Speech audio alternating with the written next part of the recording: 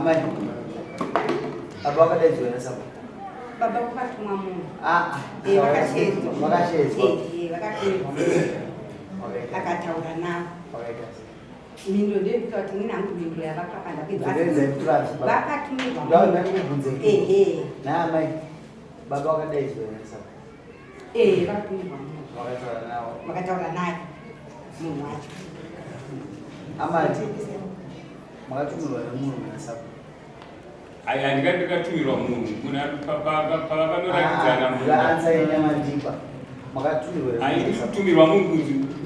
ndikatumirwa munhu ndikatumirwa ana sabhuku kuri munhu akatouyawo vanhu vaenda ikoko ndopakaya nomukomana ainzvuka akateva nepapa toita isi tinoenda kupi tinopa mukomana munda apa saka haendei kupi ndikati ini handiende ikoko ndinoenda sina kushedzwa. Amai baba wakadai watu ndio wanasema munhu akauya ndezvazvirikuita akauya zveshua ini kwaakabva munhu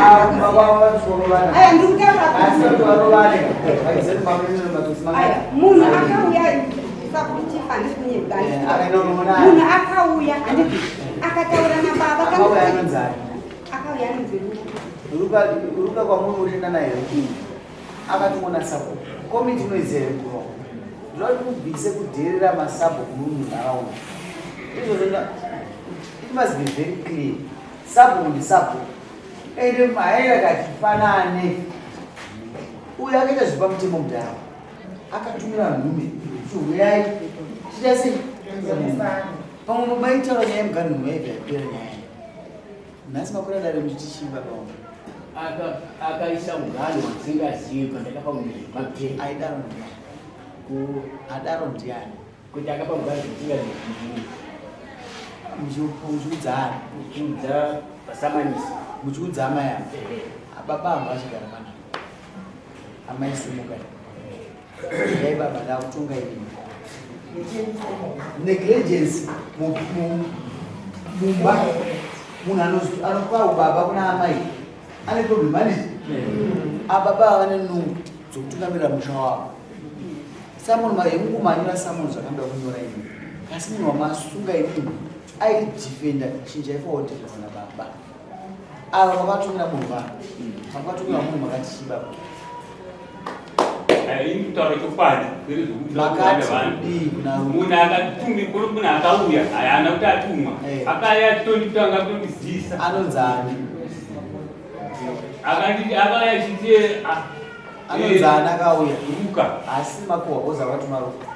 aikandoziva kuti ndinopa mutumwa bcause iya mastatement yake akachiti tinoenda papi kunopa mukomana pokugara saka iwechi handendikataiwa inika ndisina kuziviswa handikwanise kuta sei kusvika ipapo orit ruka azvikwa kugara chichakazoitika amai akazoita sei apo pokugara amai akazoita sei ndikatozonzwa vakaita sei ndakatozoudzwa amai vakaita sei ndakaudzwa kunzi iyo ndo akatondiudza ndaita sei ndipona matombo anabvisa apa pandakakanda kupi vaikuudzirei kana zvazvisina basa kana zvazvisina basa vaikuudzirei amai ava vaikuudzirei vanomudzimai vavo kana zvazvikanga zvisina basa vaikuudzirei aiwa ina ndatoda zvina basa aiwa ini ndiri kubvunza munhu vaikuudzirei ndabvisa matombo acho semuganga akaenda kusero vaikuudzirei kana zvazvisina basa aiwa ini vaitiziisa vaikuzivisirei iwe ongorani pavanhu ini ndati muridzi opambe maiudzana mai maivaudza sani mwei sababa wenyu kupa wakaudzwa nasabhuku vaiudzwa sani maimuudza sani saka akafunganisa bhora rese ndiani ene musaina mozva muunzwa kushani musaini iyo ndara iyoyo uda kukanganisa mushoka kuyo mozoti hanzi madzimambo kasabhuku arikuzvaa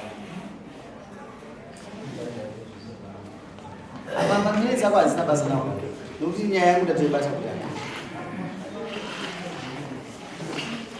ava amai ava ndisekretari wavo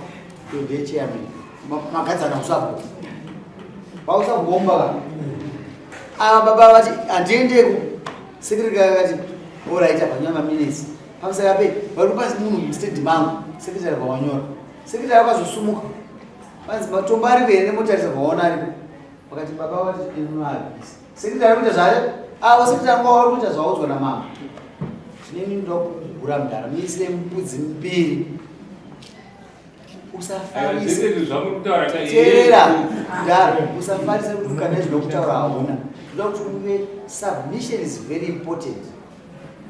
kana une chichemo waifanwa kuchitaura pamberi pekomiti ndosaka tine committee of 7 to run the village ndo vanotungamirira village kana une chichemo maichitira muchito mukatimo chosumuka choya kunani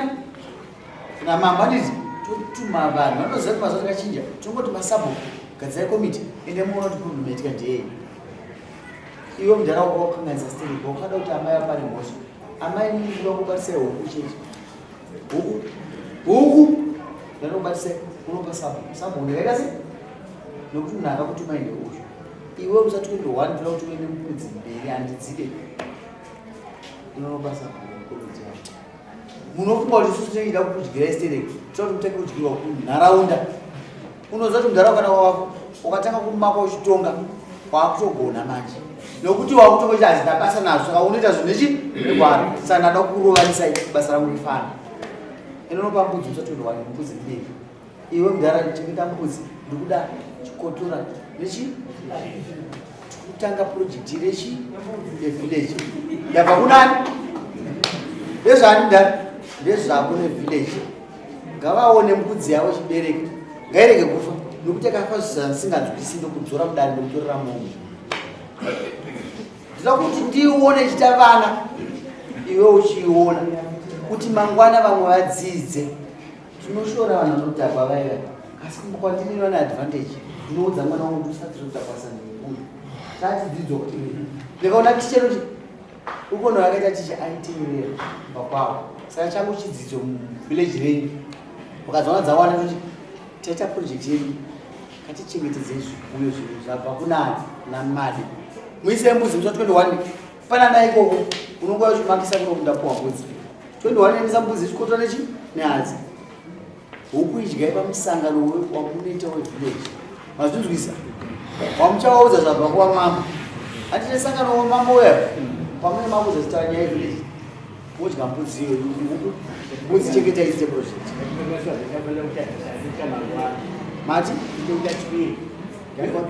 mamunoita nhasi saka inai munoisa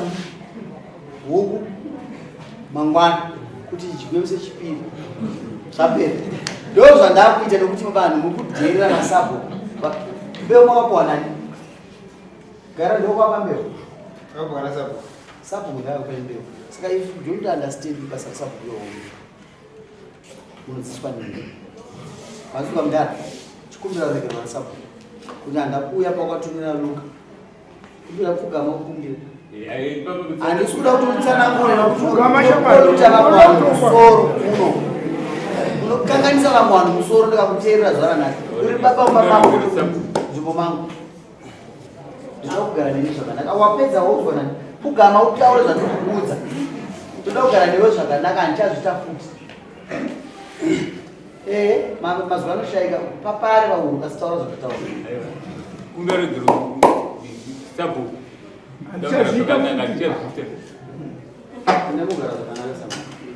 project akupai mbudzi